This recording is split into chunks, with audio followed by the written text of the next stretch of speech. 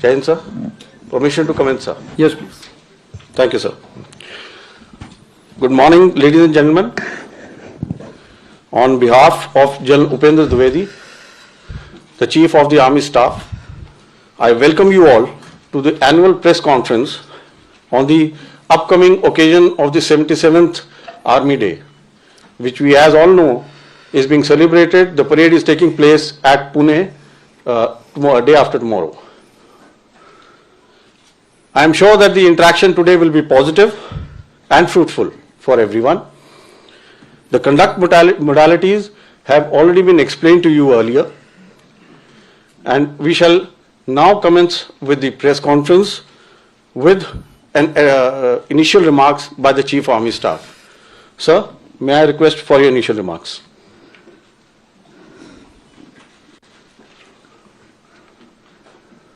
Jai Hind, good morning, Shubh Pratah, and also Happy New Year.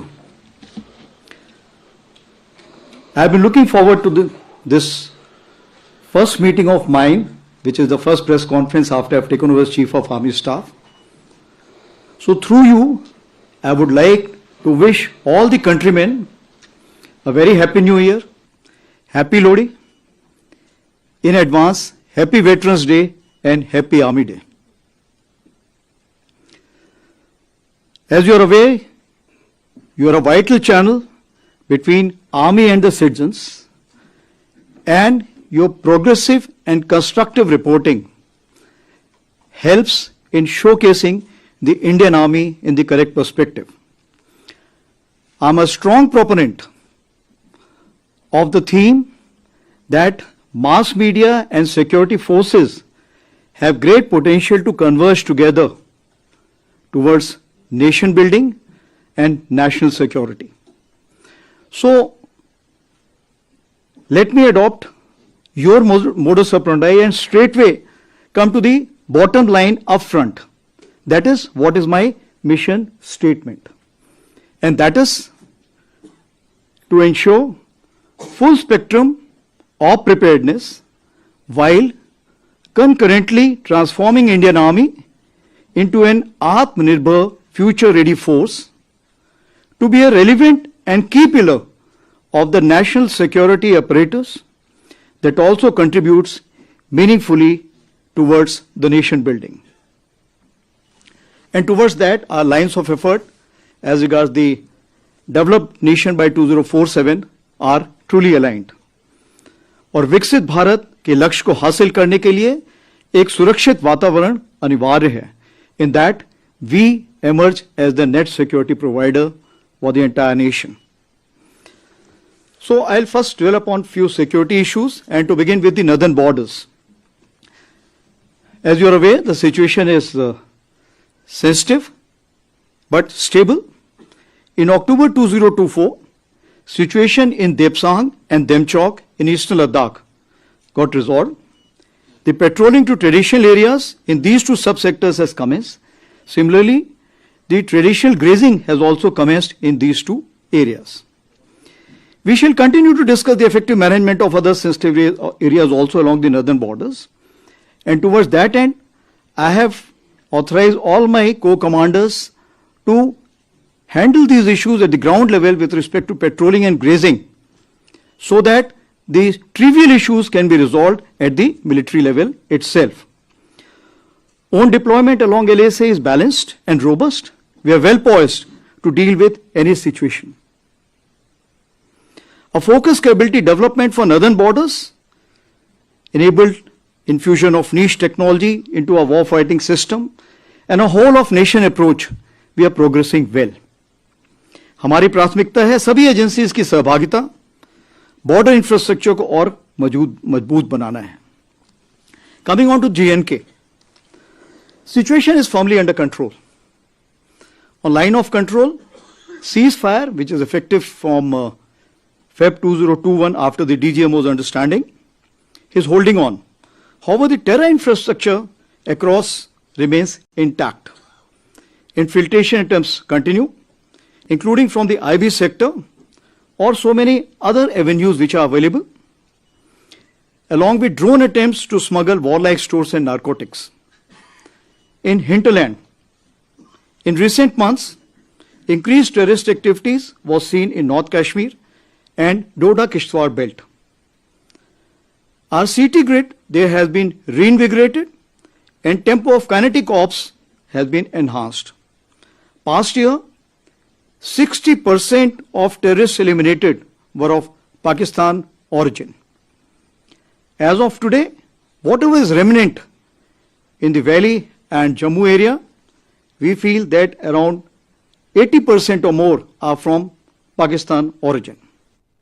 Overall, violence parameters under control, tourism, development activities, Amarnath Yatra, where we witnessed more than 5 lakh pilgrims this time, and peaceful conduct of elections are indicators to a positive change. So the theme of terrorism to tourism is gradually taking shape. Regards Northeast, overall situation in Northeast is gradually improving.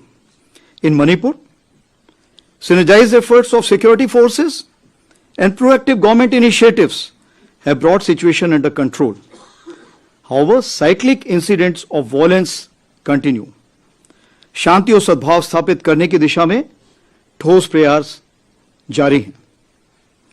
Various NGOs and our veterans too are reaching out to the community leaders to give effect to a kind of a reconciliation. Along Indo-Myanmar border, enhanced surveillance and domination is in place.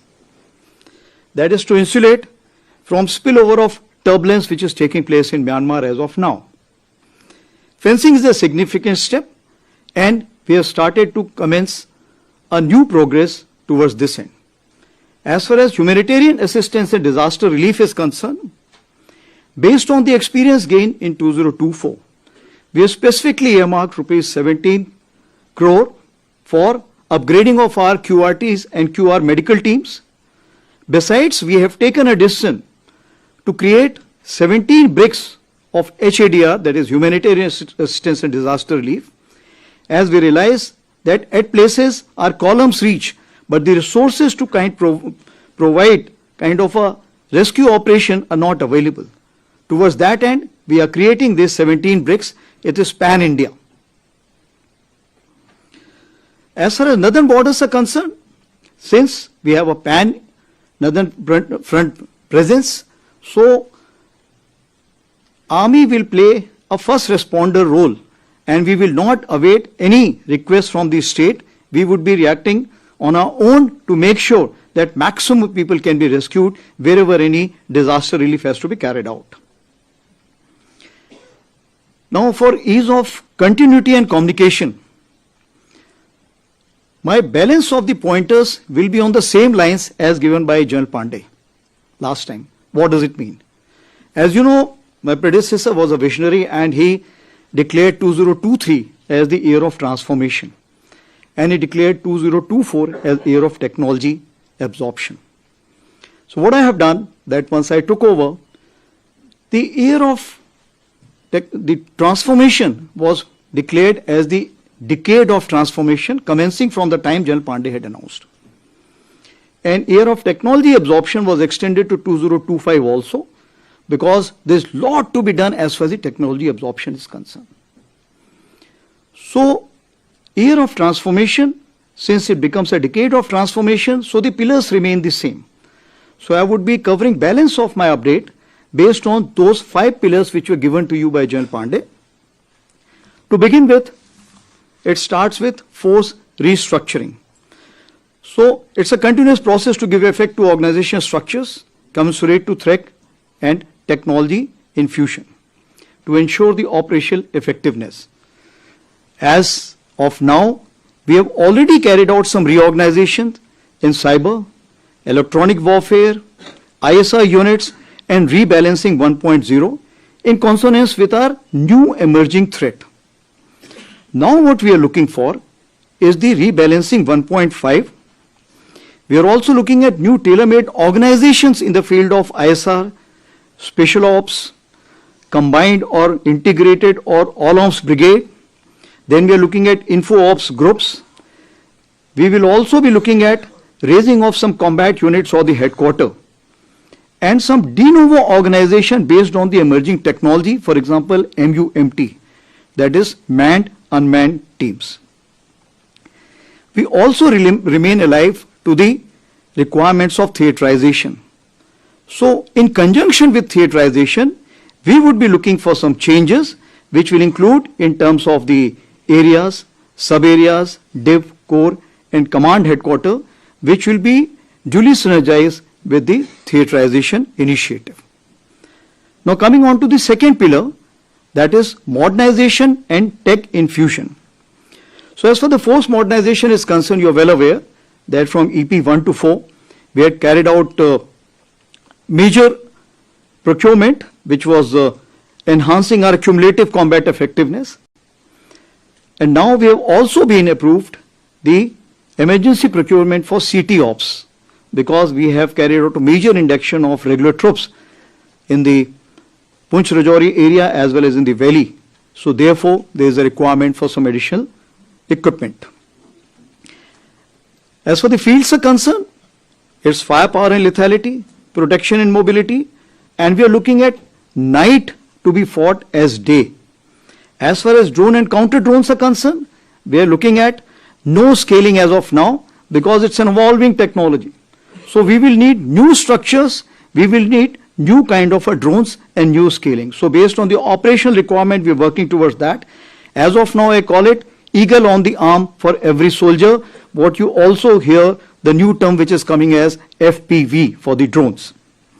As far as the artillery is concerned, the mediumization process is on and 155 mm caliber has been kept as the main caliber. As far as the mechanized platforms are concerned, we are on our path for modernization with respect to the FRCV, FICV, light tanks and wheeled AFVs. Aviation, LCH induction has already commenced. As regards the loiter and precision munition is concerned, I must give the credit to the domestic industry that which was a far-sighted thing is now seeing the light of the day, and we are able to kind of orders from the Indian industry developers. I will also cover the technology infusion here. As I told you that year of technology absorption 24-25, both years have been given the same name. So what are we looking for in this? Firstly, we are looking for that upgrade and mass the human resource, including the tactical commanders to become the techno commanders, because they are the decision makers. And if the decision maker is alive to the technology, the technical people will be finding it more easier to sail through. As far as our MTech is also concerned, that has increased by 30%. Similarly, the NDA syllabus which has been concerned, which is undergoing a major change, and probably by year 26 we should be able to see that on ground. Similarly, our promotion examinations, courses of instructions, the technology aspects have been just double. While doing this, we have also gone in for collaboration with experts in other ministries, academia, industry, and we are also aligning with the national technology missions. There are 16 technology clusters which have been identified by the Indian Army, which has already been there in the news for quite some time, with fixed responsibility and fixed outcomes.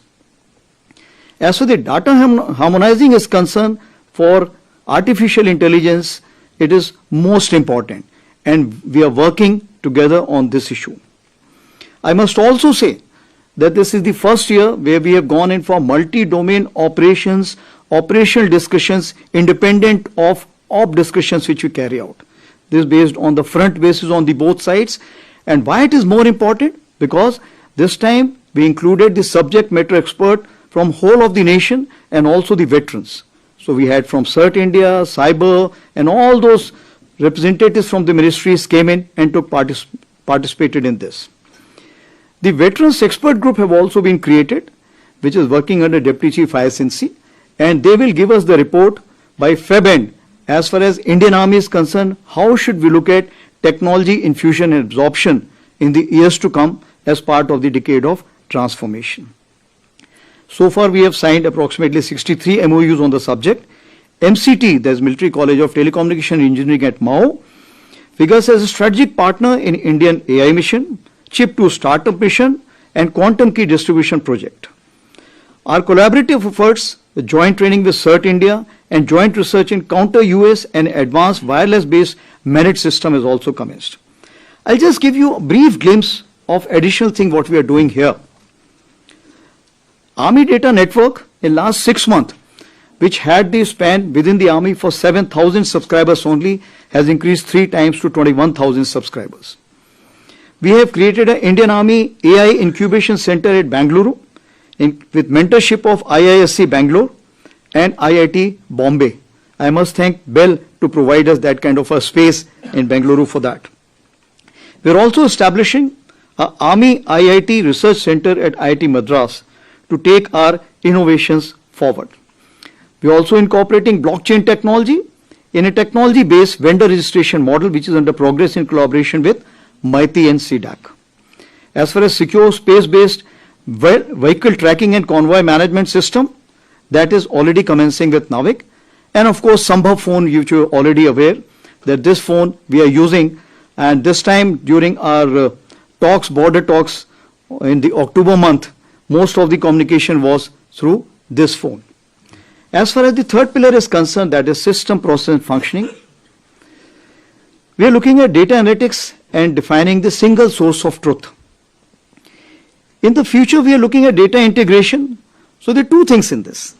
As you know, Army is different from other services where the empowerment or the center of excellence starts from the battalion. Therefore, the maximum delegation must take place there. But today, the maximum centralization of the orders or powers or authority is at the Army headquarters. It's only feasible to delegate once you have the data centricity in the center, but the delegation at the lower level. Here, the artificial intelligence will play a pivotal role.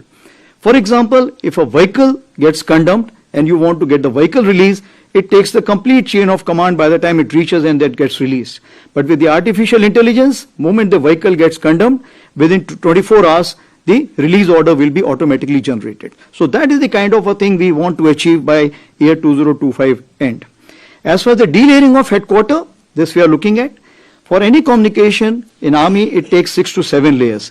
We are wanting to delayer. We are also looking at skip echelon system. That is simultaneously addressing all the headquarters, and the highest headquarter which is supposed to give the decision must give the fastest. Modification of acquisition process, which is overdue, we are looking forward to, and the way year of reforms which has been announced by our Raksha Mantri ji, I am sure this will get a major impetus. Coming on to the human resource management, it's a subject in itself. I would not like to cover too many things in this, but just to tell you that the upgradation of the HR potential en masse is something which is our aim, while ensuring the welfare of rank and file, veterans, Veer Naris and their dependents. As for the Agnipath is concerned, 123 Agniveers are presently there, and we are getting a good feedback from the battalion commanders. They are fast on uptake, enthusiastic and keen to do well. As far as the SSB is concerned, you are well aware that the SSB reforms have been undertaken, and today we have increased our intake, which was 1300 per year in 2022 to 1900, which is projected in 2024. So that is the kind of officer intake which we are ensuring by carrying out some reforms in the service selection board. As for the women officers are concerned, we are doing a remarkable job in the field. Presently, we have 1732 women officers serving with us, and we have approved a study to increase this number to 2037. In other ranks, we have approximately 310 women soldiers, and we are looking forward to more. During the question answer session, I will take on as far as the progress on this side is concerned. About women empowerment, all women's skydiving display team of Indian Army shall be raised in 2025. That's our endeavor. You'll be happy to note that the recruitment in Territorial Army has commenced again. And this time we have delegated this to the commanding officer for first 30% so that the recruitment can take at the fastest possible pace. Institution of an Army Subedar Major. This is something to connect Jawans directly with the Army Chief. So wherever I go, the Army Subhida Major accompanies me. When I am taking a briefing in the higher headquarters, he is meeting the JSUs and men of that. And also, this has been now given out for the commands also. 3 of the 7 commands have already instituted that, others would be completed by 31st Jan. So, the gap or the communication gap between a Jawan and the senior most hierarchy will keep getting close with every passing day. As far as the effort to upscale our military training institutions is concerned, we want that to come to the world repute. And we are looking at Institute of National Importance for our Army War College. The case has already been taken up for that. Also, we are opening up the Army War College for the foreign students. As you are aware, the junior command and senior command were already open, but now we are opening the higher command course also. And this time, as a trial basis, we are doing it for a week. Next time, we'll increase it based on the feedback.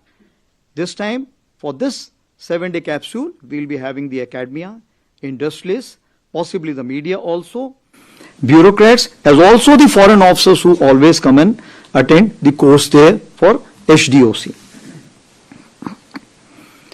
As far as the veterans are concerned, Project Naman, as you are aware, we had started this scheme in August 2024. 14 centers were open. A very positive response has been received in that. And therefore, we are planning to open this approximately 200. And this is in conjunction with Common Service Center, which is the SPV of Maiti, and also the HDFC CSR. We are also gone in for a series of Shaurya Samprava for the veterans. More during the question answer, I will explain about this. Coming on to the 4th pillar, that is jointness and integration, though it is the domain of the CDS, but I would just like to say that in Jointness 1.0, we have gone in for the integrated acquisition plan, courses of instructions commonality, joint logistic node, common utilization of bases and station amenities. In 2.0, we have gone in for addressing the service culture, thinking and symbology. Here we have made a good progress in doctrines and SOPs also. Now we are looking at 3.0, that common operating planning procedures, defense communication architecture, digital maps. But as far as the army is concerned, you will find that we look at jointness and integration with so many others. In border area, we are looking at jointness integration with our CAPS who are working with us. In the hinterland, we are looking with the police and the CRPF and other agencies. Inter-agencies, we are working very closely every day. Besides this, when it comes to the conventional operations, multi-domain operations has to have a whole of nation approach. And that is where we are working with other agencies and other ministries in this respect. Now, in addition to the transformational pursuits that I have spelled out, Indian Army's contribution to nation building, we are looking at border area development in a big way with 4 pillars, that is infrastructure, communication, tourism, and education. Of course, the cultural revival remains the mainstay. Towards that, Bharat Ranbhumi Darshan as a one-stop solution for information and clearances for visit to the forward area battlefields. This has been developed in partnership with Ministry of Tourism, and this website will be launched by Honorable Raksha Mantri on the Army Day, that is on 15th. We have also gone in for a MOU with Gati Shakti Vishwavidyalaya for upskilling our Indian Army personnel towards synergizing dual-purpose infrastructure. Since Indian Army has to carry out a large-scale mobilization and it has a large-scale logistic requirement, so we have to align with the national logistic policy. And also this Vishwavidyalaya will train our people. They will carry out the workshop for us, and will also provide later on MBA and MTech degree in transportation and logistics. As for the Army Sports Conclave is concerned, this was again something new, and we are looking at in a big way for Mission Olympic 2036. And for that, we have a strong role because we have the infrastructure, we have the resources, we can provide manpower for the conduct of that, we can raise the territorial army battalions for conduct of this, and also we can provide the players, which we have been doing continuously. In any case, we have 18 boys companies and 2 girls companies which we have raised recently.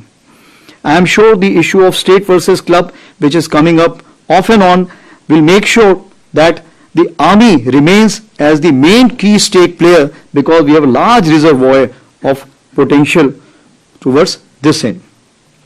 As far the Army Paraplegic Node is concerned, this has also been now declared as a National Center of Excellence, for which around 60 crore has been given by the Ministry of Social Justice and Ministry of Youth Affairs. Gomti River Eco Task Force, as you are well aware, has been raised on 1st of Jan. Also, Ek Ped Maa Ke Naam campaign, we have planted more than 50 lakhs saplings. There are 3 world records also we have created in Jaisalmer. As you are well aware, this has already been covered in the Man Ki Baat, which is most saplings planted by a team in 1 hour, most saplings planted by women, that is 25,000, and so on and so forth. We are also going on to carry out a discussion with Ministry of Environment, Forest and Climate Change for the afforestation drive carried out by us. So what does it mean? That there is a requirement for us to look into the green credits. Today, we are planting so many trees, but the green credits are not being returned to us. As a result, we are returning 900 crores of rupees this financial year for the reasons that we have the plans ready for construction, but because of the tree cutting sanction not being given, we have not been able to construct those buildings. So, last but not the least, as part of our defense diplomacy, contribution and commitment to UN Charter, a rapid deployment force of the Indian Army for United Nations peacekeeping operations shall be ready for mission deployment by March this year. The moment the UN teams come and inspect it, this will be ready for deployment as and when asked for. So मैं सभी को आश्वस्त करना चाहता हूं कि भारतीय सेना एक प्रशिक्षित, सुसज्जित और युद्ध अनुभवी सेना है जो राष्ट्र के सामने आने वाली हर चुनौती का सामना करने के लिए पूरी तरह तैयार है. Thank you. I am now open to questions, please. Thank you, sir. We shall now commence the question and answer session. In order to give maximum opportunities, we intend taking 3 questions at one time. Once I call out your placards, please give out your name and the media house that you represent. As is customary, I shall first go to the agencies and DD. I know I'm so firstly, ANI Ajit Dubey, Manas Bhaiya and Pranjali. Please ask your questions. आपको mic चाहिए होगा? Please ask for wait for the mic before you speak.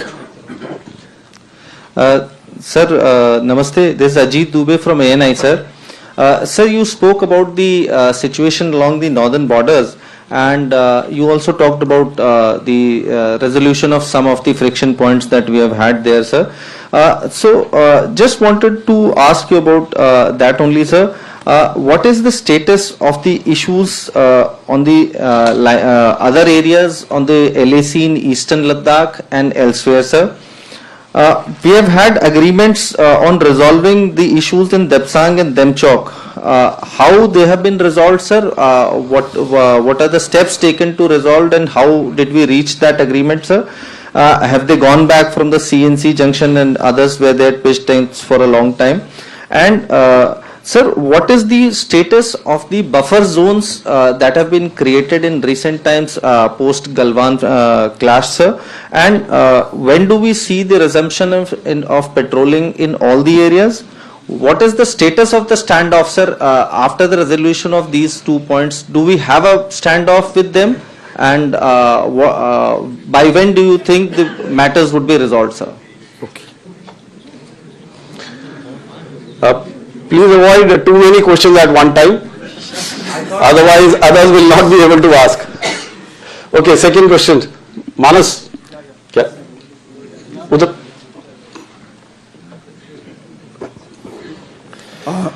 Hello, sir. This is Manas Pratim Bhuyan from PTI. My question is about Manipur, sir. You briefly mentioned about Manipur. I would like to have your, overall perspective on Manipur. There have been criticisms that, in fact, there is lack of coordination among the agencies involved in controlling the situation there. And there is an external dimension also to the Manipur situation. Various rebel groups have captured many crucial Myanmarese towns in Myanmar. So is it impacting the overall security scenario along the border with Manipur? Thank you, sir. Yeah, Pranjali. Either.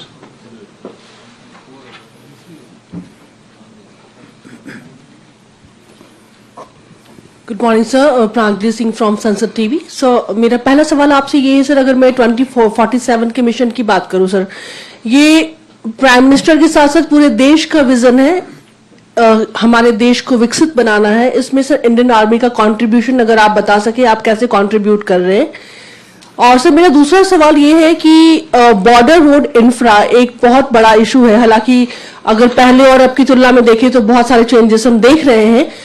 BRO sir अपना काम कर रही है, इसके अलावा जो main land और बाकी बहुत ही जो बॉर्डर एरियाज में विलेज एरिया को जोड़ने में सर इंडियन आर्मी की क्या भूमिका है सर, अभी क्या अपडेट है अगर आप बता सकें। Thank you sir.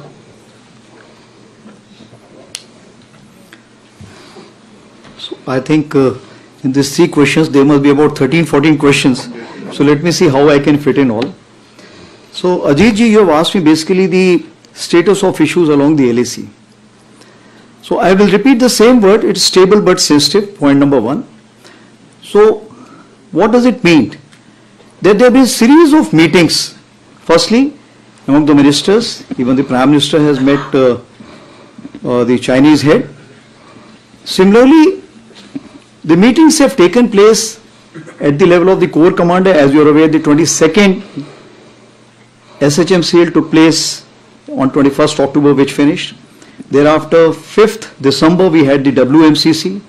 Then 18th December, we had the Special Representatives meeting. Now coming on to the Depsang and Demchok. As you are aware, April 20 onwards, that both sides had moved forward and stopped the other side from going to the traditional areas where they were carrying out the patrolling. So what has happened in this disengagement, that both sides have agreed to go back to the areas where both sides feel, okay, this is where we used to come for the traditional patrolling. So that has been agreed upon and both sides have fell back. As far as the verification patrolling, 2 rounds have already been completed by both the sides over a period of time, and both sides are quite satisfied about it. Similarly, as far as the grazing ground is concerned, those grazing grounds also been now mutually agreed upon, those have been agreed, and the graziers are being allowed to go. Earlier we were not allowing them to go because we did not want any kind of a inadvertent aggravation of the situation. The second question which you have asked is about the buffer zone. Let me tell the House that there is nothing called as buffer zone. When you carry out a kind of a negotiation, then you look at what can be solved immediately, what will take some time to resolve. Where you feel that the nature or the degree of violence can be high and the fuse is short, what happens? You create some distances. So when we carried out these kind of negotiations over a period of time, some places we declared as a temporary moratorium. It means that both the sides will remain back and will not go to the common areas because we still feel that if we meet at those places, the violence level may go high. So that is the terminology which is used as far as the temporary moratorium is concerned. Status as far as standoff is concerned. Now what we have to see that what all has changed from April 20. If you look at, has the terrain been doctored over a period of time? Yes, both sides have doctored the terrain. Have both sides carried out the billeting construction? The answer is yes. Both sides carried out some stocking, deployment? Yes. So therefore what it means that there is a degree of standoff. Now once you have changed all this situation after April 20, so the trust between the two countries has to have a new definition. Therefore there is a requirement for us to sit together and thereafter come to a broader understanding that how we want to kind of calm down the situation, restore the trust. So we are now looking forward for the next special representatives meeting which should take place, and also the WMCC, and based on the guidance given from that, we will be moving forward. Your related issue was that what is happening along the complete front. So as I have told you that the Corps commanders have been now delegated the powers to resolve the trivial issues or the minor frictions so that they don't kind of later on become a big issue. So if they can be resolved at the lower level, that is being resolved. The timelines, I can only say that India has adequate strategic patience. Coming on to the second question, that is Manas had asked for Manipur, overall perspective. The overall perspective as of today, that yes, there are, if I can say that, affiliations, and the tribal affiliations have taken a strong line. But we have to work as a whole of nation approach to make sure that the reconciliation must take place. And I'm very hopeful with the new governor who has gone there, the step towards this would be taken. As far as the lack of coordination is concerned, which you have brought out, I just wish to assure you, there is absolutely no lack of coordination, but we have to understand that which side is where. When this problem occurred in May 2023, the police from various communities, it was very difficult for them to go to the different community area. So thereafter the DGP had issued the orders that you go to the nearest police station to whichever community you belong to, so that at least you take on those duties. So once you take on those duties, you will find that Indian Army, Assam Rifles and the other CAPFs, we have to coordinate with those people in whichever area they are. So it's not a lack of coordination. Rather, these three agencies are the only one which are able to provide the coordination as of today. As far as external dimensions are concerned, external dimensions cannot be ruled out. It's all over the media. So I'll just leave it at that. Now what happens as far as the Myanmar side is concerned? Since there is some activities taking place on the Myanmar side, and it is claimed that the rebel groups are fighting with the Myanmar army or the Tatmadaw. As a result, there is a migration which is taking place, or the influx of refugees which is taking place. Even there was a time when the soldiers from the other side had walked up this side. We have made sure that all those who are coming here should be treated as refugees, and due respect and consideration and harbour should be provided to them. As far as the situation on the other side is concerned, if there is no support to the VBIGs, then what happens? These people are also moving in. Therefore, some kind of a surrender is taking place, some kind of an induction is taking place where people are coming back and we are disarming them and allowing them to go, and thereafter police is looking after those people. As far as our connect with the Myanmar army is concerned, I just wish to assure you that the connect is complete and we are interacting with each other in due harmony and making sure that the exchange of information and support which is required in terms of intelligence is provided from both the sides. Coming on to the third question which has been given out is 2047 Viksit Bharat. So as you have seen that as far as we are concerned, we are looking at decade of transformation. And why I went about explaining it? Because when you see the Viksit Bharat, or even if you look at year of reforms, you will find there is a major synergy towards that. Let me give you a few examples. When we talk about nation first foreign policy and national security, what it means, the defense diplomacy and the deterrence which is required for any nation to kind of guard its border and ward off the adversaries. I would like to just say, deterrence is costly, but war is costlier. As far as the global economic powerhouse, Indian Army's indigenous consumption as far as weapons, equipment and other things is concerned, we provide a stamp of approval. Once we provide this stamp of approval, the defense domestic industry thereafter gets a flip.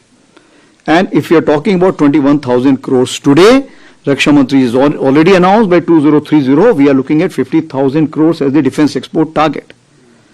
And as we are the biggest consumer, we are also the biggest advertiser of these weapons and equipment. As far as the infra development and speed and scale is concerned, we are working in close synergy with PM Gati Shakti and border area infrastructure which has been brought out. Here itself I will cover the border area infrastructure. That we have the Empowered Committee on Border Infrastructure headed by the CAPSEC. And this committee is working in a very, very aggressive manner. Recently, for 22,000 crores, sanction was given for the northern borders infrastructure development, including few tunnels. Besides, when we had the GLOF for Sikkim, as you are aware, that Sikkim suffered that glaciated outburst, that is the time this committee met and immediately authorized the money to BRO and other agencies to make sure that the recovery becomes that much faster. So I wish to assure you that as far as the planning and sanctions are concerned, that is fastest. Coming on to the BRO, BRO is working hard, but now the time has come, the aspiration of the Indian Army is manifold, many times what BRO can provide.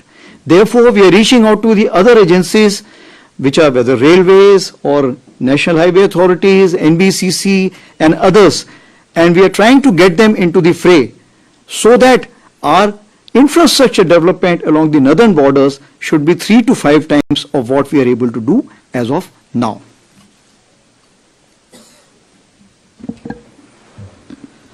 There are a lot many to cover as Viksit Bharat is concerned, but due to shortage of time, I leave it at that. Thank you. Right, ladies and gentlemen, I'll request you to limit yourself to one question and ask no sub-questions so that we have a wider participation.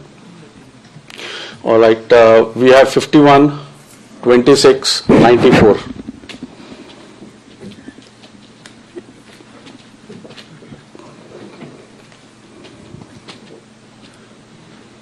Good afternoon, sir. Sanjeev Barua from The Week. So we have been hearing a lot of talk ever since 2019. The Himgiri exercise was also held. I'm talking about the integrated battle groups. So what is the status now? Has the plan been dropped or still much in the making?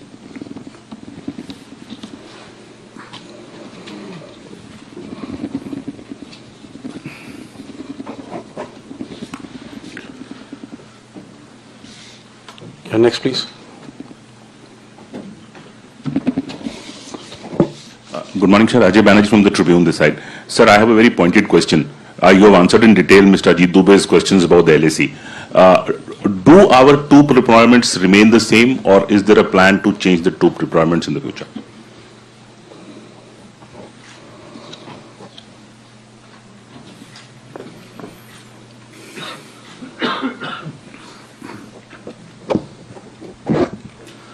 Sir मैं मंजीत नेगी हूँ आज तक से।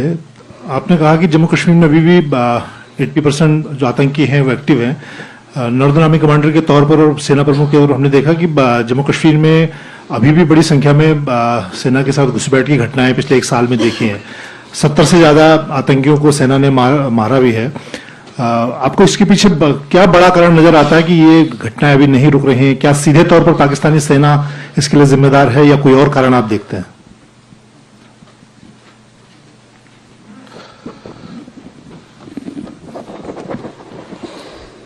So, firstly, I'll take on Sandeep's question, which is on the IBG. As you're aware, IBG, what we are working out is basically restructuring a particular strike corps. Now, when we look at it, it has some financial implication. Also, it has implication in terms of equipping as well as the human resource. It has taken a long period. It is in the final stages. And we are hopeful as of now, as I speak to you, the presentations have been given to in the MOD of all the decision makers, the presentations have been given. Few queries have been raised. We are hopeful because this is the first special purpose vehicle as far as the restructuring is concerned. And if it goes through, others will also follow suit. Timeline is difficult to give because wherever the bureaucracy gets involved, it will take time. But we are hopeful by year 2025, we will either create this IBG or we will cancel this project completely. Coming on to the next question, Ajay has asked questions about the troops deployment along the northern front. Like I told you that troop deployment is directly dependent on the trust factor. And tangentially, I had told you about the capabilities which have been created. And troop deployment or the infrastructure development is dependent on the capability on the other side, not on the presence of troops on the other side. So as of today, the capability entails that we should continue to maintain this kind of a troops. We have two kinds of deployment called as summer deployment and winter deployment. Definitely during this winter deployment, the number of troops come down. So therefore, at least in the winter strategy, we are not looking forward to any reduction of troops. When it comes to the summer strategy, we'll take a review based on that time, how many negotiations, conferences and meetings have taken place. Based on the indications and assurances, we may like to review at that point of time. The third issue which has been brought up by Manjeet, as far as the J&K is concerned, that the violence level is not reducing. Here I would like to just say that the violence level is being orchestrated by the epicenter of terrorism, that is Pakistan. If it is so, is the word helping us in kind of a controlling this epicenter in any way? If the support is not forthcoming the way India is looking at, this kind of a terrorist infiltration will continue to be there. However, as of now, we have inducted 15,000 additional troops in year 2024.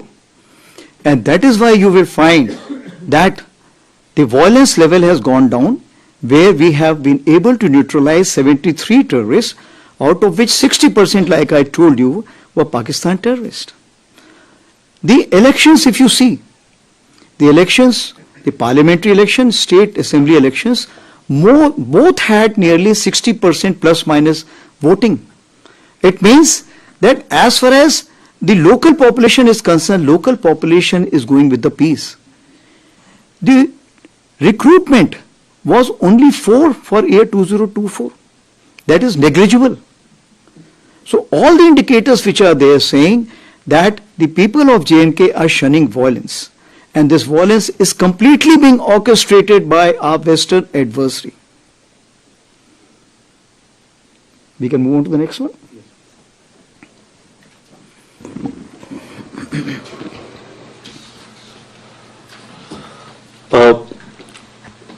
21, 96 and 172. Good afternoon, sir. Rahul Singh this side from Hindustan Times. Sir, my question relates to this recent assessment by a senior general on the performance of women officers in the army, specifically limited to the Eastern Command. You said they are doing a remarkable job. Have you taken note of the concerns which were flagged by the then Corps Commander of 17 Corps? Are there any steps being taken to kind of fix those gaps, or is there a sense that perhaps it was a wrong call to give them command role without without carrying out all the steps that were necessary? And the second question is also related to HR only, sir. This is related to Agnipath. You were recently in Nepal and you had chats, you had talks with the Nepalese army chief and other people over there, senior people. So was there any talk on resumption of Gorkha recruitment or some consensus or breakthrough on those lines, sir? Thank you, Rahul. Next, please. Idhar dena.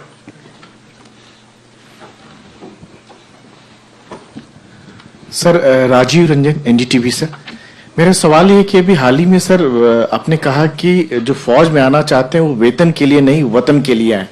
सेना पहले से ही अपने लोगों को काफी अच्छा ख्याल रखती है, सुख सुविधा की बात करें इवन रिटायरमेंट के बाद भी, तो सर ये चीज कहने की जरूरत आखिर क्यों पड़ी, इसके पीछे क्या सोच है sir?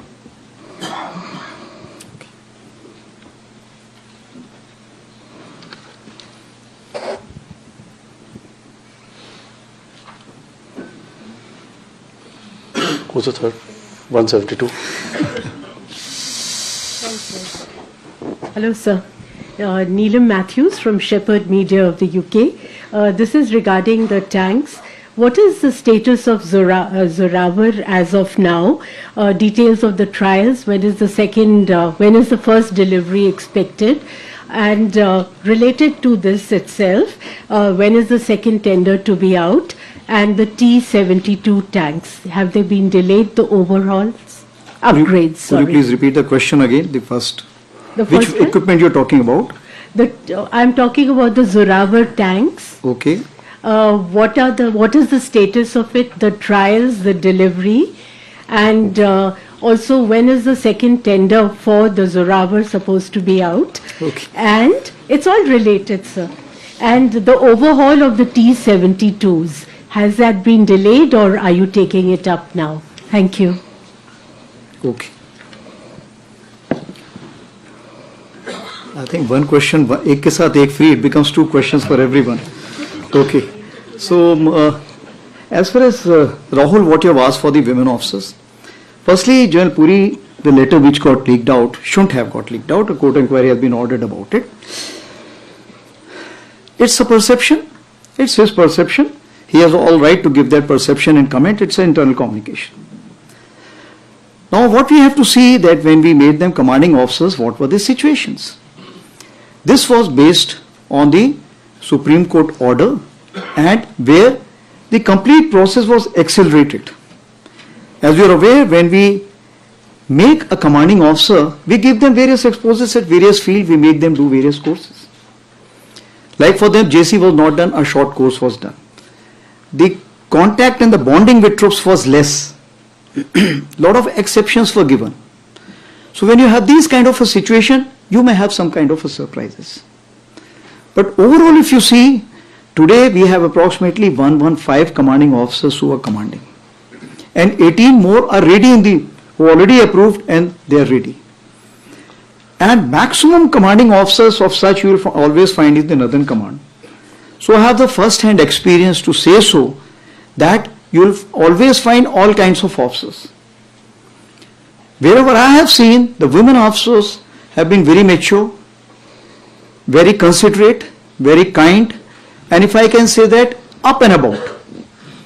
And here I would like to quote one women officer whom probably this time we'll be able to give some kind of award also. Colonel Ponung Doming.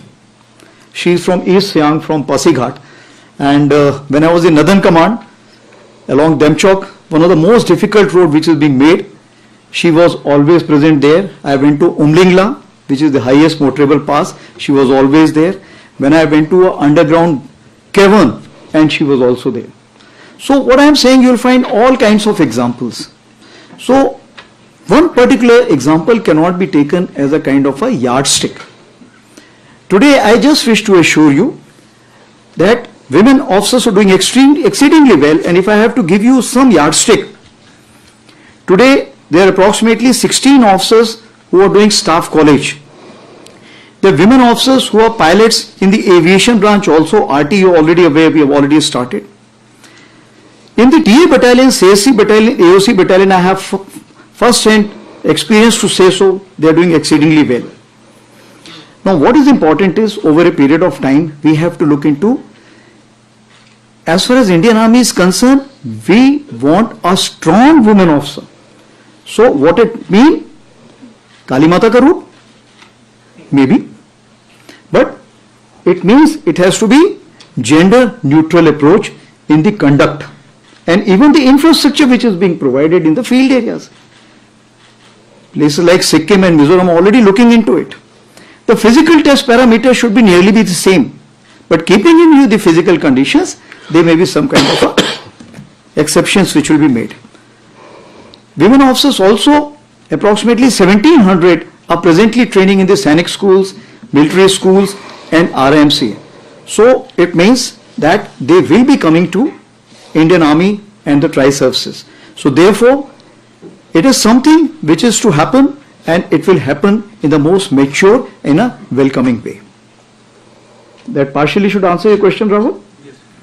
Coming on to Agnipath, as far as Agnipath is concerned, as you are aware that this is not the subject due to Army chiefs will discuss. And it's a political decision. And as far as India is concerned, India has already given its proposals to the Nepal side. And as and when we hear from the Nepal side, we'll be working towards that. Is it causing any deficiency in the army? No. As of today, wherever such deficiencies are there, it is being filled in by other recruitable military population. Coming on to Rajiv, आपने पूछा है वतन और वेतन क्यों? सबसे बड़ी चीज ये है कि हमें ये समझना चाहिए कि भारतीय सेना किन मुद्दों पे बनी है, किन सिद्धांतों पे बनी है. क्या वो सिद्धांत पैसे के हैं या नाम नमक निशान के हैं?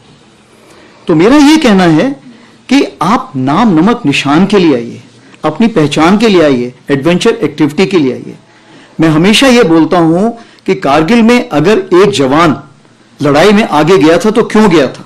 क्या वो पैसे के लिए लड़ने गया था? वो अपने साथियों के लिए लड़ने गया था, अपनी बटालियन के लिए लड़ने गया था, अपनी मिट्टी के लिए लड़ने गया था. तो मेरा सिर्फ यही कहना है कि आप आते हैं तो सिर्फ पैसे के लिए मत आइए, आप हमेशा इन मुद्दों को भी साथ में लाइए और ये आपके अहम मुद्दे होने चाहिए. अगर आप इन मुद्दों के साथ आएंगे तो आप सबके साथ में शरीक होंगे, सुख दुख में शरीक होंगे और आप एक टीम के पार्ट बनेंगे. अगर आप वेतन के लिए आएंगे तो आप अपने आप टीम के पार्ट नहीं बनेंगे और हमें आपको अपने सिस्टम से अलग करना पड़ेगा. तीसरी बात मैडम मैथ्यू ने पूछी है जोरावर लाइट टैंक के बारे में. तो as far as Zorawar light tank is concerned, you are aware that we are looking at approximately 354 tanks to begin with, and in Jan 2023 we had given the AUN for that. An expression of interest was given in April 23, and it was amounted to approximately more than 70,000 crores, 17,000 crores. So as of now we are looking at 295 as part of Make 1 and 59 as part of the DRDO initiative. As you are aware that few veterans have joined hands together, and we have seen glimpses of this light tank, so-called Zoravar, making rounds. There's already been to the high altitude carried out some trials, and I spoke to the DG of DRDO who is dealing with this subject. As of today when we speak, it is making its journey back to Chennai. And after the kind of a improvement which have been suggested during these trials, we will see the new version, and thereafter we'll carry out more trials on the subject. And once this finishes, I am sure for the balance also the orders will follow. Thank you. Sir. Oh, sorry. As for the T-72 is concerned, yes, slippages were there. But you have to see when the corporatization was taking place, PSUs were not sure how to handle this situation. So what we have done, like I told you, that PSU is also our responsibility. Corporatization doesn't mean that we have given up our responsibilities. So we have sat down with them, worked out with them. And if I can say that today AVNL has enhanced its overall capacity from 120 to 150, and they've assured me that this capacity will be increased to 200 tanks per year. Similarly, we also have the army-based workshops. They are also carrying out a phenomenal work, and 2 base workshops have been nominated to carry out this overall, and you'll be happy to know that in Delhi, we had recently launched the overall of even T90 is being carried out. So I can just assure you the situation is under control. Of course, when the change takes place, initially, first step is the most difficult. That step we have overcome. So now the pace of or the transformation which will be much, much faster. Yeah, well, I had noted it last time when you had raised. So 17, 107 and 97.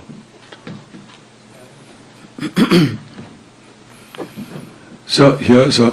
Yeah. So Shudhiranjan from Bloomberg. So just wanted your thoughts and views, given that the Indian Ocean region is becoming very, very militarized and contested, what kind, if any, capabilities are you looking at for the future, in tandem perhaps with the Navy, so that, you know, we are ready in case of any eventuality? And also, are you looking, you know, at a later date of basing troops outside? If so, which side, sir? Basing troops outside? Yeah, I mean, is there a consideration at all, sir? Yeah, 107. Yeah, please, here. Srinjoy.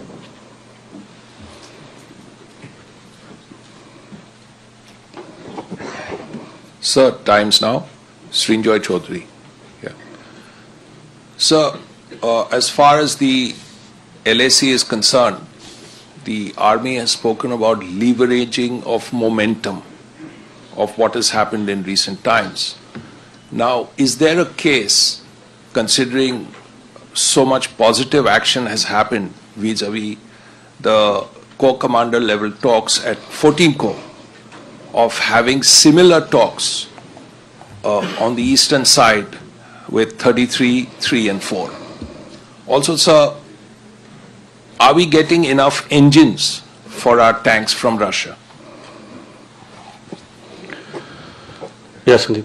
Sir Sandeep news 18 India से sir कुछ reports आई थी कि डोकलाम प्लेटो के पास China ने काफ़ी development किया है, कई सारे जो है विलेजेस वहाँ पे और रिसेंटली तैयार किए हैं. अभी क्या स्टेटस है चिकन नेक के लिए? वो ये सारी चीज़ें कर रहे हैं, ऑब्वियसली बात है. तो अभी क्या स्टेटस है और आर्मी इसको कितना कंसर्न मानती है?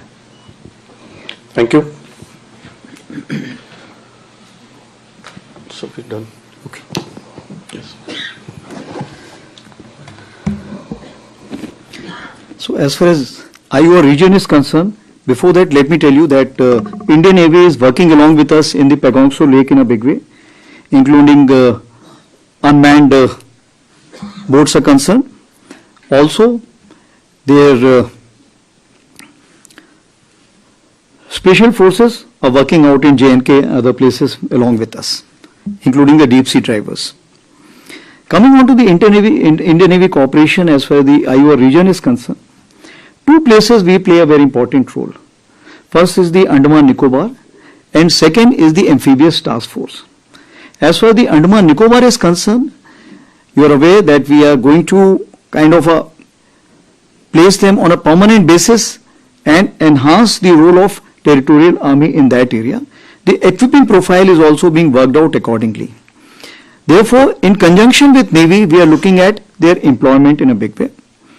Coming on to the amphibious task force which is there as of now, we are exploring that how to make it permanent in terms of amphibious task force which should remain dedicated whether on the lines of RR or in the lines of permanent regimentation, so that their specialization or the expertise remains with them. As of now, you are aware that the battalions keep getting turned over. Besides this, we are also looking at, may not be in the, actually it comes into the confidential domain. We have some plans which we have worked out together on the western side. I leave it at that for the time being. To enhance the cooperation, we are also with all ships which are going, our special forces or other military personnel are going to various places to have an understanding of each other, so that later on, as and when troops are required to be deployed in a larger formation to any farther area, we should be prepared. But as of now, India does not have any expeditionary designs. So we have no plans to deploy troops outside as of today. Coming on to Shinjo's question, you are absolutely right. That is what I said, that I am looking at now having these conferences. Like you are aware that firstly we have opened up these conferences starting at the station commander level, battalion commander level, brigade commander level, div commander level and corps commanders level. Till brigade and div commanders level, as it is, the talks are taking place. But now we are looking forward, as the SR mechanism and WMCC keeps giving us guidance for all the three corps which you have said, we would be looking forward to having this more coordination, and we will be empowering them with the military decisions which are required to be taken in future. There was one more question which you had asked. Yeah, tank engines as of today we do not have any issue in terms of, because India has adequate capability to kind of manufacture those. I have gone and seen them myself, I have visited those factories. So a fair degree of assurance, as of now we do not have a problem. When we look at the transformation, upgradation, when we look at the super high altitude areas which we require high powered engines, then we have to work out.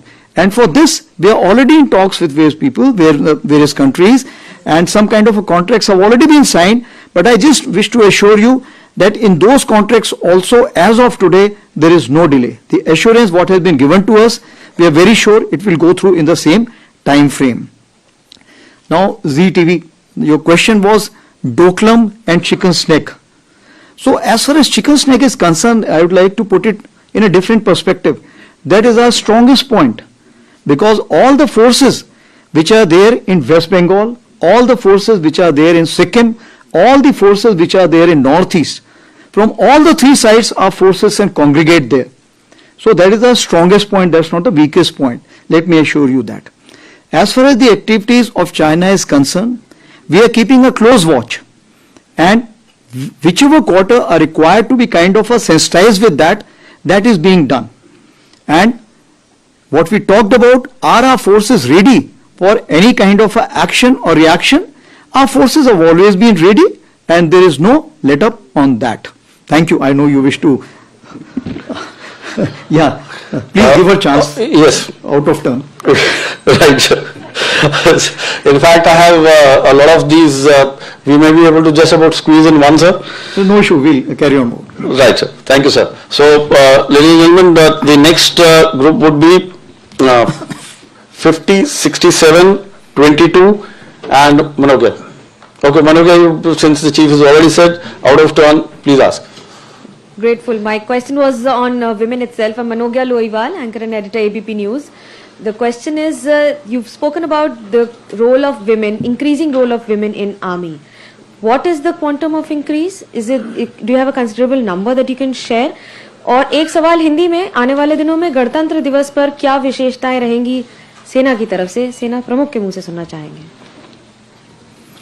गणतंत्र दिवस में women के लिए पूरी तरफ से, सेना की तरफ से और महिलाओं के लिए, दोनों।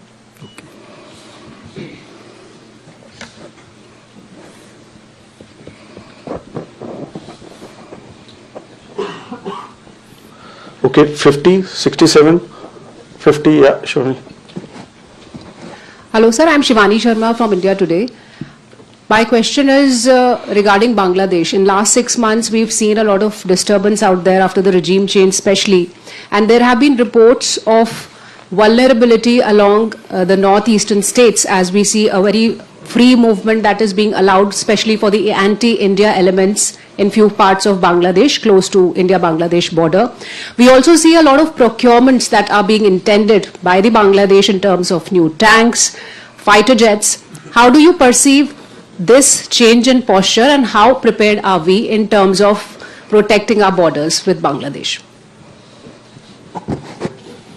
Thank you. Yeah, 67. Good afternoon, sir. Dhruv from Bharat Shakti. Sir, recently the Defense Secretary had said that pecuniary issues are no longer an impediment, but the three services as well as the DRDO have been time and again saying that there is a bit of financial crunch here and there. So what is your opinion on that? And number two, sorry for the second question, but you put a very cogent argument in terms of, say, scaling up of drones. But what about counter-drone systems, sir? Thank you. So first question was on the financial. Sorry. Could you just tell me the first sentence what you used? Sir, Defense Secretary R.K. Singh a few days ago had said that financial issues are no longer a constraint. Okay. Yeah, Perry.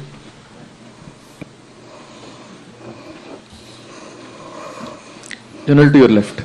Dinika Perry with the Hindu. So, like everyone, I'll ask two questions. One, has there been some understanding on Yangtze is concerned, to not block Chinese patrols and allow them to patrol like in the past? Two, a domestic question on the painting which created a lot of news all across.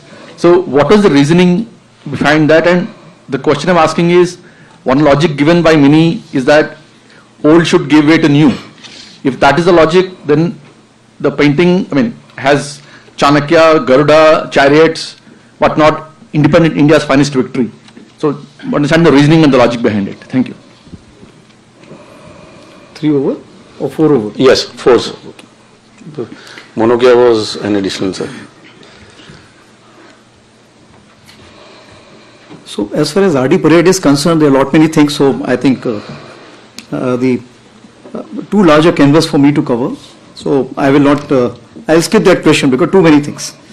But coming on to your women intake is concerned, so I would like to just say that NDA as of today, we have 60 cadets, army cadets, and every year we are looking at, about 20 cadets. Also in the OTA, that is Chennai and Gaya, we are looking at 120 per year. Serving soldiers I have already told you. Women officers I have told you it's coming to 2037, it will be increase of approximately 1,000. But what is important is women as other rank. Now it involves change of Army Act Section 12. So we are going in for the change, and by 2032 we are looking at approximately 12 times increase.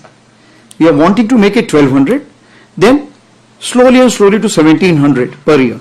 So gradually the number will increase. Like I told you that the acceptance, we creating that kind of an environment is equally important at this point of time. We have a Vishaka guidelines, but we do not have similar guidelines for the men. So therefore, when we talk about gender neutrality, slowly and slowly we have to prepare the society and the military for that. Once we get that, you will find the number will continue to increase. We call something called as guardian force. What it means that you may not be in the direct contact, but you are controlling those weapons which may have an impact on the forward troops. Now such forces you will find that the women can play a very important role. Therefore, in the second and third tier, they will play a pivotal role, and we are very sure in the days to come, their number will keep increasing.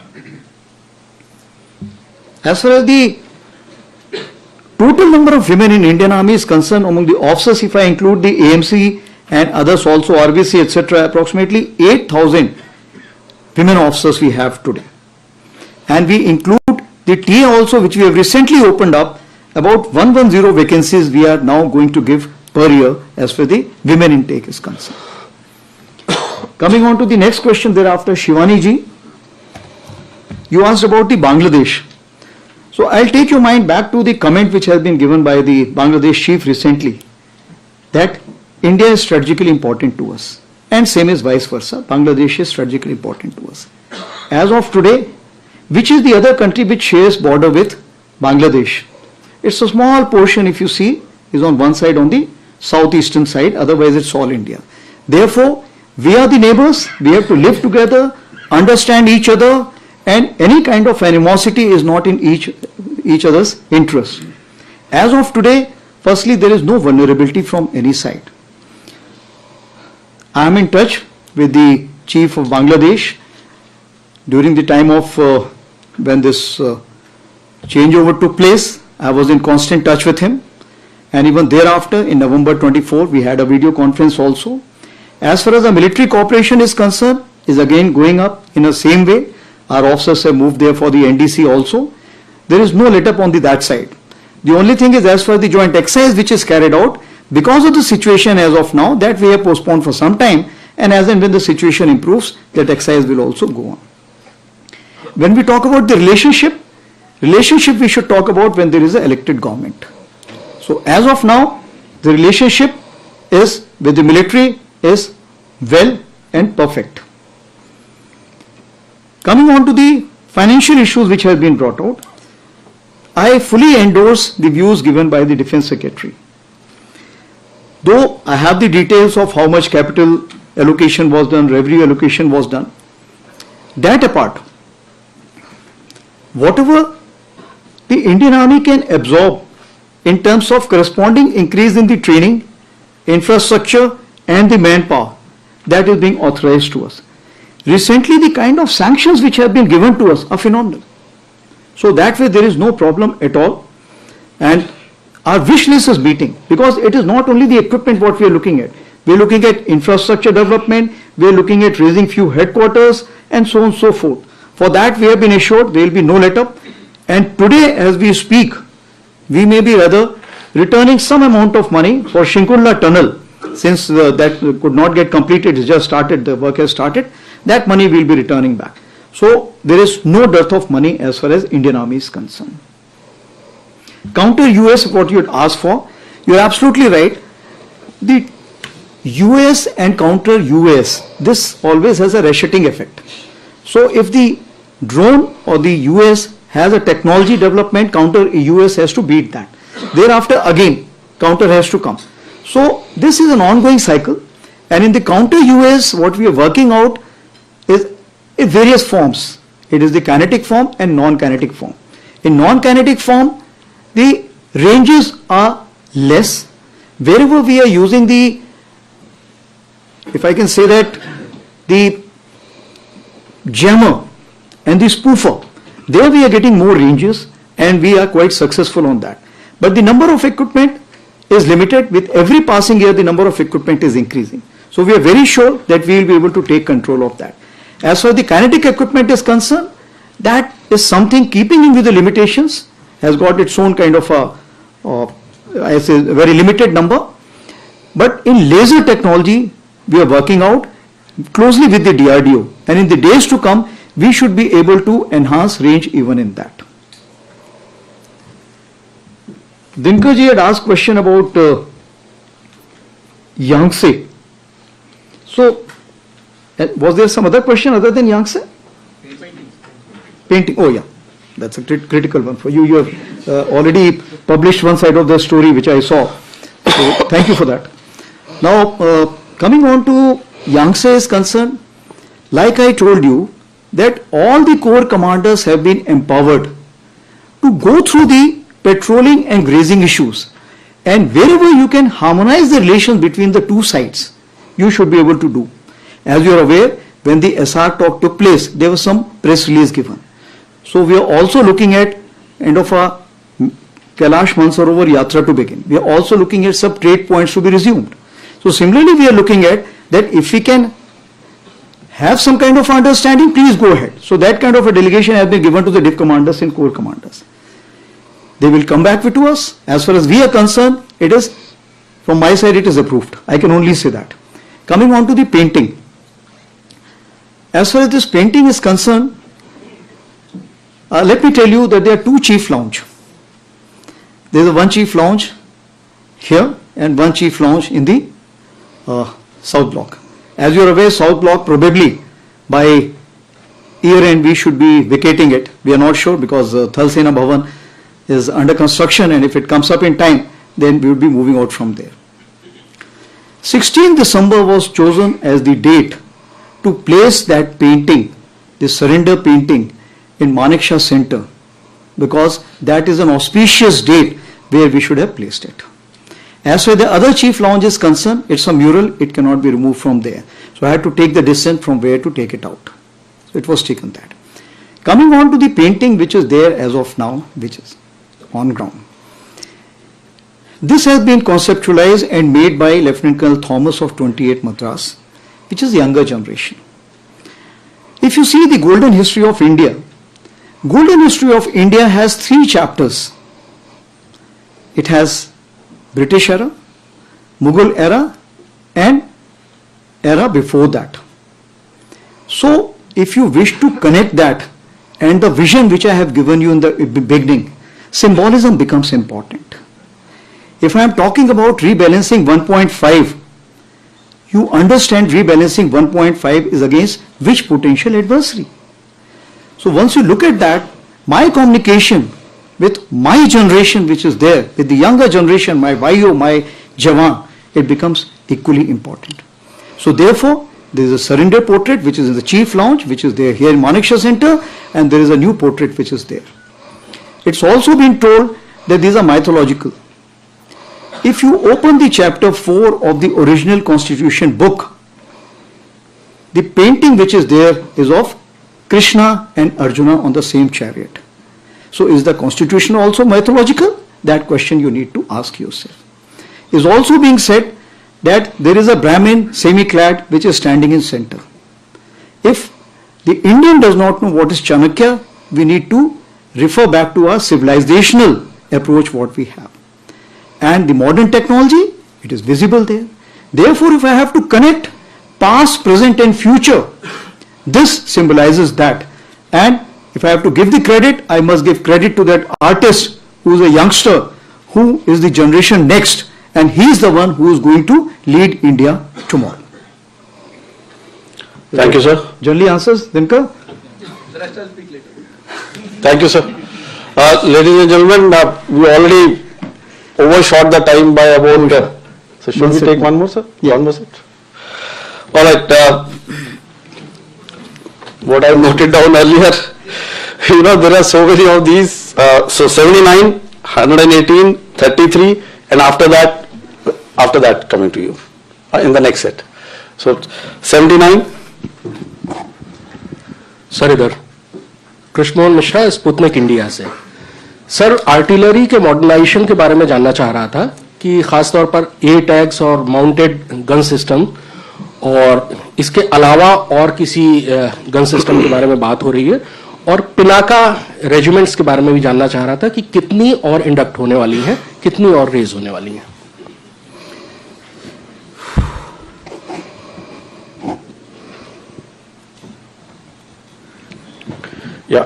Sir this side Madhurendra from news nation. Sir modern warfare में हमने देखा है कि air defence system की जरूरत काफी हद तक बड़ी है और उसके इम्पोर्टेंट को नकारा नहीं जा सकता। मैं जानना चाहता हूं कि इंडियन आर्मी का क्या प्लान है फर्दर, क्योंकि हमारे पास लिमिटेड रिसोर्स हैं। अगर एयर डिफेंस सिस्टम की बात करें फर्दर हम कितना इनहांस करने वाले हैं और किस तरह के इसके डिप्लॉयमेंट होंगे।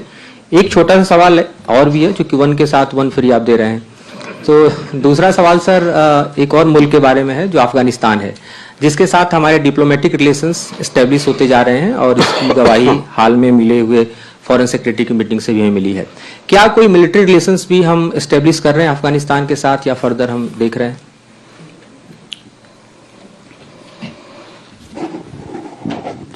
Yes. Yep. Okay. So we already have three. Three हो गए, two हुए ना? Two हुए। Okay. 33 was Sanjay. Yeah, sorry. Sir मैं संजय मिश्रा दैनिक जागरण से।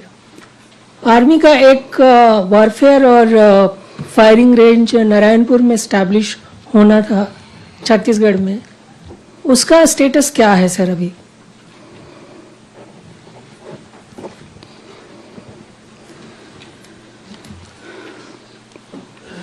मिश्रा जी आपने हिंदी में पूछा था इंग्लिश में पूछा था? तीनों हिंदी में। ओके, तो जैसे मिश्रा जी आपने पूछा है कि हमारा आरटी गन का हमारे बारे में क्या सोच विचार है, तो आरटी का जैसे मैंने आपको बताया कि मीडियमाइजेशन के बारे में हमने सुचारू रूप से तय कर लिया है कि 2032 तक हम 50% जो है मीडियमाइजेशन कंप्लीट कर लेंगे। जहां तक माउंटेड गन सिस्टम है जिसको हम एमजीएस बोलते हैं, वो हमारी 300 जो है तकरीबन हमने उसकी टीसी कंप्लीट कर ली है और इक्विपमेंट अंडर ट्रायल में जा रहा है। क्योंकि इक्विपमेंट अंडर ट्रायल आपको पता है कि वो हमारा विंटर ट्रायल्स हमेशा विंटर्स में होता है, उसमें वक्त लगेगा, तो प्रोबेबली हम देख रहे हैं 2026 में हमें उसके बारे में नतीजा सामने आ जाएगा। जहां तक टोट गन सिस्टम का सवाल है, हम उसमें आरएफपी हमने इशू कर दी है और ये सिस्टम अभी हमारे पास मतलब कार्रवाई इसमें शुरू होगी। लेकिन उसके अलावा हमारे पास क्या क्या चीजें हैं, सबसे पहले ए टैक्स का जो है कॉन्ट्रैक्ट हमारा अगर सब सही रहा तो तकरीबन 307 गन का हम जो तकरीबन 8,000 करोड़ का है अभी इस साल फाइनेंशियल ईयर खत्म होने के पहले साइन कर पाएंगे। उसी प्रकार से K9 वज्रा जैसे आपको पता है रिपीट ऑर्डर के लिए हमें सैंक्शन मिल गई है, तो हम उसमें रिपीट ऑर्डर में जाएंगे। और अगर इन चीजों में हमारा इंडिजिनाइज कंटेंट बढ़ता रहा तो जो भी हमारी विश लिस्ट है उस पर्टिकुलर इक्विपमेंट की हम उसको रिव्यू करेंगे। अगर उसमें इंडिजिनाइज कंटेंट ज्यादा है तो हम मिड कोर्स रिव्यू करके हम उस इक्विपमेंट को ज्यादा लेना चाहेंगे, वनस्पति उस इक्विपमेंट के जिसमें कि इंडिजिनाइज कंटेंट कम है। तो इसमें सोच विचार रहेगा। जहां तक हम पिनाका की बात करें, पिनाका इसमें भी वही सोच विचार आ रहा है कि अगर इसका एम्यूनिशन हमें बढ़ी हुई रेंजेस दे सकता है तो क्या जो हम ऑल्टरनेट देख रहे थे उस ऑल्टरनेट की जरूरत है। हम दो जो हम अभी हाई एक्सप्लोजिव प्री फ्रेगमेंटेड जो हमने एम्यूनिशन जिसका हम अभी साइन करने जा रहे हैं तकरीबन 6,000 करोड़ का, और एरिया डिनायल म्यूनिशन जो हम साइन करने जा रहे हैं करीब 4,500 करोड़ का। तो जैसे ही हमारे ये एम्यूनिशन में बढ़ोतरी होगी और हमें रेंज अच्छी मिलेगी, हो सकता है जो हमारे बाकी लॉन्ग रेंज वेपन्स हैं हम उनको ड्रॉप करके इसमें कंसंट्रेशन करें। तो एग्जिट कितने हम रेज करना चाहेंगे, शायद मैं अभी उसको ना कहूं और उसको भविष्य के लिए छोड़ दूं। जहां तक हमारी एडी सिस्टम की बात आती है, as far as the AD system is concerned, what we are looking at, V-Shorod is something which we are working out in the immediate time frame. Balance, we are working out in conjunction with the Air Force, that is Akash and others. So first thing is that the AD system as a whole, it has to be seen as an integrated approach by the nation. To carry out a convergence between the Air Force and the Army, we are going in for Akash Tir, and probably by year end, we will be having due integration between the two, that is the IACCS, CCS of the Air Force, and ours will also be talking to each other. Now, moving further, we have a tactical level and we have the operational or the strategic level. What we will be looking at the tactical level, something which Army should be controlling it, and as for we move to the operational or the strategic level, it will be the Air Force controlling it. As far as the radars are concerned, these will be placed jointly by the two, and the information will be jointly shared. So this is how I would like to cover as far as the AD is concerned. Coming on to the Afghanistan, our emotional connect between Afghanistan and India is always high and it will remain so. But as far as the military presence as of now is concerned, we are not looking at any military presence in the near time frame or in the immediate time frame. Coming on to the last question of the Sanjay Mishra ji, that is Narayanpur. We are looking at this range may not be in the immediate future, because the way our troops are deployed, is this required? We have to see firstly that. Secondly, do we have the troops in this area? As you are aware that in view of the rebalancing 1.0 what has been carried out, our troops are looking at super high altitude area. So we are wanting our ranges in the super high altitude or in the mountainous region where we can practice. And therefore we are making a great attempt to acquire these ranges in such areas where we can carry out the firing. As and when the requirement develops, we will certainly go in for acquiring this range and moving troops there also to carry out the training. That's all I have to say. It was nice interacting with all of you, and I am sure that media will keep supporting our endeavor to make sure that the thought process of Indian Army reaches to a common man and also to a soldier, because you are the one who make it reach fastest vis-a-vis us. Thank you very much. Thank you, sir. Ladies and gentlemen, thank you so much for your cooperation. I am alive to this issue that many of you have not